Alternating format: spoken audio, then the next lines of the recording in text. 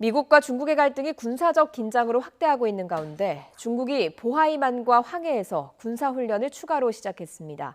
미국과 일본 국방장관은 어제 회담을 갖고 중국에 대한 공동 경제에 나서기로 합의해서 긴장은 더 높아지고 있습니다. 중국 베이징 연결합니다. 강성웅 특파원. 네, 베이징입니다. 네, 중국이 해상 군사훈련을 다시 시작하기로 했는데 우리나라와도 가까운 곳이죠. 그렇습니다. 중국군이 동쪽 해안인 보하이만과 황해에서 두 건의 군사훈련을 추가로 시작을 했다. 이렇게 홍콩 언론이 보도했습니다.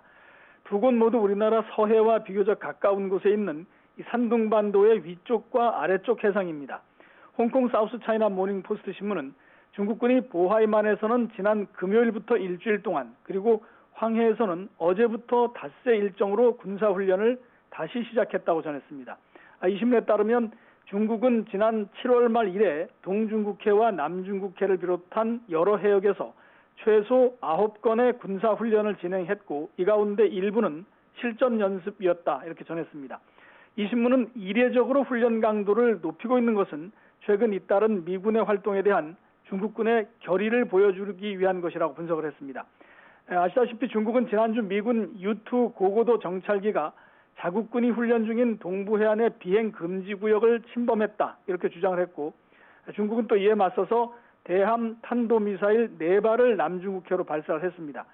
지난주에는 또 미군 구축함이 남중국해를 통과했는데 중국은 영해 침범이다, 이렇게 주장을 했고, 미국은 공해상에서의 항행의 자유를 보여주기 위한 것이다, 이렇게 일축하기도 했습니다. 이와 관련해서 중국 관변 매체인 글로벌 타임스 신문은 중국은 충돌을 원하지는 않지만 도발을 한다면 단호하게 대응할 것이다, 이렇게 주장을 했습니다. 네, 그런데 어제 미국과 일본의 국방장관이 회담을 했는데 여기서 이 문제가 논의됐다고요?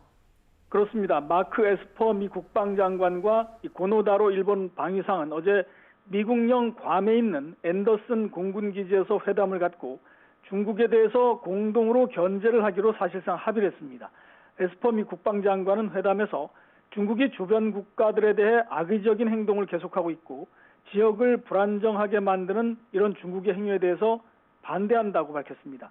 고노 일본 방위상도 미일 양국은 남중국해와 동중국해에서 힘에 의해 일방적으로 현상을 변경시키려고 하는 국가들에 대해 이것은 중국을 겨냥하는 것으로 볼 수 있습니다. 강력히 반대하며 이를 위한 협력을 심화해 나가기로 했다고 말했습니다. 에스퍼 장관과 고노 방위상은 특히 동중국해의 센카쿠 열도, 중국명 갸오이다오가 미국의 일본 방위 의무를 규정한 미일 안보조약 제5조의 대상이라는 점을 분명히 했습니다.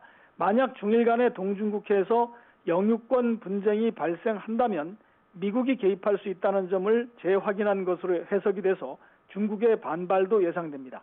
지금까지 베이징에서 YTN 강성웅입니다.